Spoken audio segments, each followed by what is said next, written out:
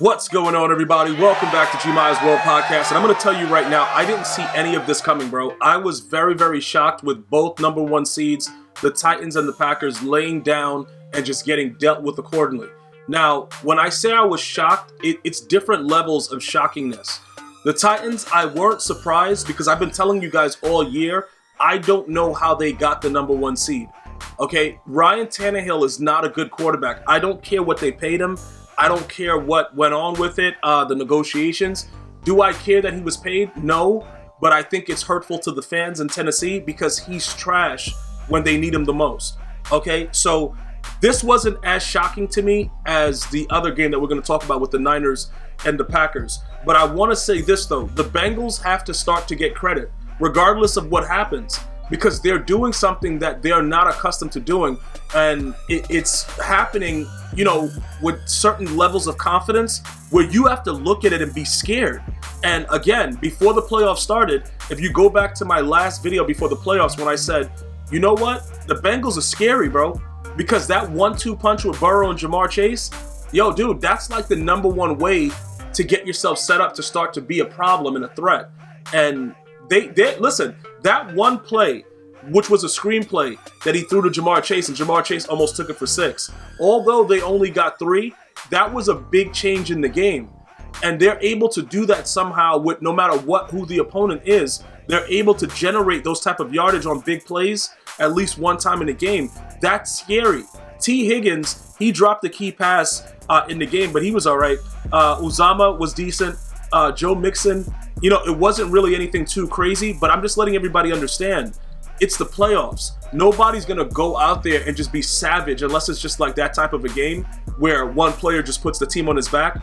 But it's going to be nasty and gritty games. And the Bengals look like they've been here before. You know what I'm saying? Like, what was the dude's name? I forgot the coach that was there. The little short fat guy that was the Bengals coach. And he could never beat anyone, including the Jets. Not Herm Edwards, just the other guy.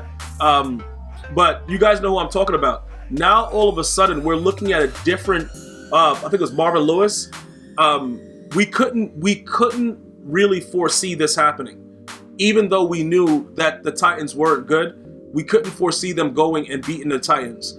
Derrick Henry being back, all the stuff that was like being generated around it, and then they lose like this. And Tannehill comes out on a play-action play on the first play, and what does he do?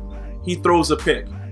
He is, that guy, I'm gonna tell you right now, when I saw him throw that pick, I was just like, all right, you know what I'm saying, bro? Like, let me just send this tweet out. My bad, I was sending a tweet. Like, this dude is garbage. And I don't know why anyone expects anything else other than that from Ryan Tannehill. Regardless of how they were able to do it, well, we know how they did it. They did it defensively. They were able to secure the spot to get the number one seed defensively. It wasn't offensively. Ryan Tannehill, he loves to throw interceptions. Like, it's something like he wakes up like, yo, what should I do today? Let's throw some interceptions, dude. Like, that's what he's about.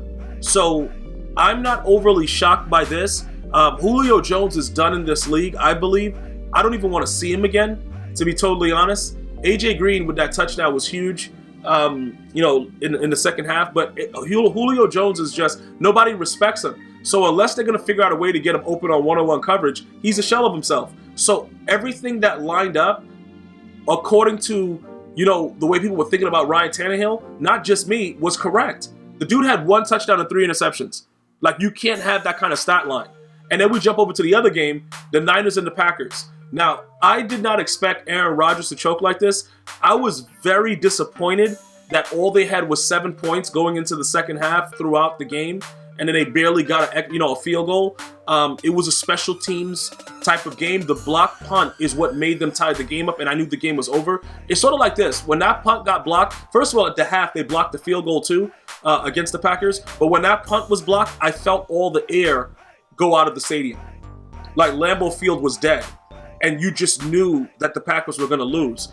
And the reason that you know that is because Aaron Rodgers has given you no reason to believe that he would be able to come back and win this game because it's the playoffs. Regular season, he probably wins this game, but it's the playoffs. So it's a whole different situation and everything is bad. And he doesn't get a pass defensively. because his defense gave up 10 points throughout almost the entirety of the game until the game-winning field goal. So there's no excuse. Could his defense have played better and picked off Jimmy Garoppolo a lot more because Jimmy Garoppolo was throwing lollipops? Yes, but that's not how they gauge things. They don't gauge things by what could have been picked. So we saw him throw some really bad passes that should have been picked. Doesn't matter. They still played good defense and they got him off the field and they punted the football. So looking at this overall, right? Jimmy Garoppolo was 11 of 19, 131 yards, 0 touchdowns, 1 interception. That is very pedestrian and trash, but somehow he keeps winning. And nobody knows how he keeps doing it. The running game, Elijah Mitchell, 17 carries, 53 yards. Deebo Samuel, 10 carries, 39 yards. That's their run game. George Kittle, who had a very bad start to the game, 4 receptions, 63 yards. He had 6 targets. Deebo Samuel, 44 yards on 4 targets. Like, it wasn't like they were balling. And the Packers played them very well, with the exception of some bad special team plays. Defensively, we used to always argue the fact that, you know, Tom Brady has Bill Belichick or whatever, but Tom Brady took advantage of Bill Belichick. Your defense gives up these little amount of points. You have all these weapons on the offensive side of the ball. Devontae Adams and your tight end and all these other idiots running around, and this is what you do. So at this point right now, I don't know what really happens with Aaron Rodgers, because more than likely he's going to win the MVP. Do I think he deserves it?